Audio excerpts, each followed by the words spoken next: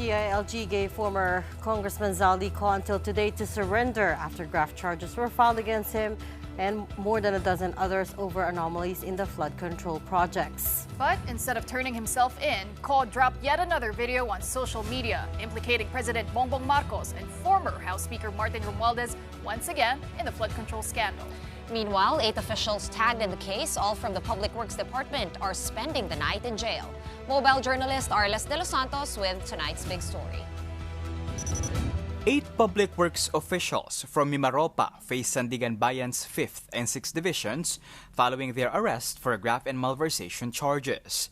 Among them, former Regional Director Gerald Pacanan and Engineer Dennis Abagon, who was apprehended in Quezon City, allegedly in the house of a vice mayor from Oriental Mindoro. Authorities declined to name the vice mayor for now, as the matter is still under investigation. Oriental Mindoro, of course, was where the road dike in Mag-asawang Tubig River in Nahuan was located, found to be overpriced, unfinished, and substandard despite its price of a little over 289 million pesos. The booking procedure and commitment order for the first batch of respondents over the flood control mess took 5 hours. Juliet Calvo, DPWH-MIMAROPA's Chief of Maintenance, was allowed to post bail of 90,000 pesos for her graft complaint. But she will remain in detention for another charge. The rest will now have to stay in jail while their case is being heard. The men were brought to the Building A of the new Quezon City Jail Male Dormitory, while the women were brought to Camp Caringal. According to Interior Secretary John Vic Remulla, the suspects will be accorded strict security. And there will be no special treatment with visiting hours limited. As of now, nasa Gen Pop pa rin sila. Wala ko kami binibuksan na special wing. So kung saan yung mga general population ng Quezon City inmates, doon rin sila nakatira ngayon. So no special treatment para sa kanila. Ng kanilang tasking ng isang regular na nakakulong. Igising po sila sa umaga, take personal necessities, then kakain, then may saning ire po kami sa taas. Pwede rin ho silang maglaro dyan ng whatsoever. Bawal ho magluto sa loob dito. Remulla also revealed that 3 more wanted personalities who were currently out of the country have sent surrender feelers. But former Ako Bicol Party List Congressman Zaldi Co is not one of them. Instead, Co posted yet another video implicating once more President Bongbong Marcos and former House Speaker Martin Romualdez in what he called the biggest corruption in flood control projects.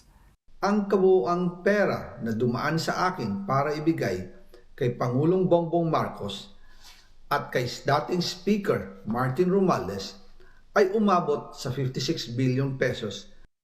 According to Co, he delivered the money between 2022 and 2025 with not a single centavo going to him. The amount is on top of the 100 billion pesos the President allegedly ordered inserted in the 2025 national budget. Co has been accused of pocketing 21 billion pesos from these supposed transactions. Hindi po totoo yun. Wala akong natanggap na ganyang halaga. This was how the scheme went according to Co. Once he was picked as House Appropriations Committee Chairman. Sinabi na agad sa akin ni Speaker Romualdez na kailangan ko makapag-deliver ng 2 billion pesos kada buwan. After that, the resigned lawmaker allegedly met with former DPWH Undersecretary Roberto Bernardo and dismissed Bulacan District Engineer Henry Alcantara. The topic, how the kickbacks should be divided. Co claimed that it was Alcantara's staff who coordinated with his personnel, namely Paul Estrada and Martin Saya. The cash deliveries were reportedly made in Valle Verde or at BGC parking. Again, the former congressman, now on the run, claimed he was just a conduit.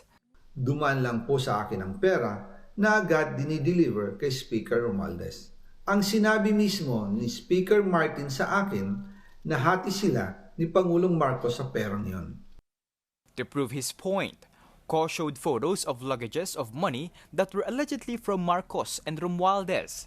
Co added that during budget deliberations in November 2024, Justice Undersecretary Jojo Cadiz talked to him about deliveries.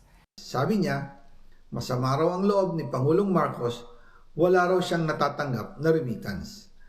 At dahil laging napapagalitan si Speaker Martin ng Pangulo, inutusan niya ako na mag-deliver ng 1 billion pesos para kay BBM. Co claimed to have delivered 1 billion pesos to Cadiz at South Forbes Park, which the latter in turn delivered to the President's house in the same subdivision. For authorities, the latest social media testimony of Co, as in his past video statements, hold no weight until he swears under oath. Nagre-report sila sa embassy within this week.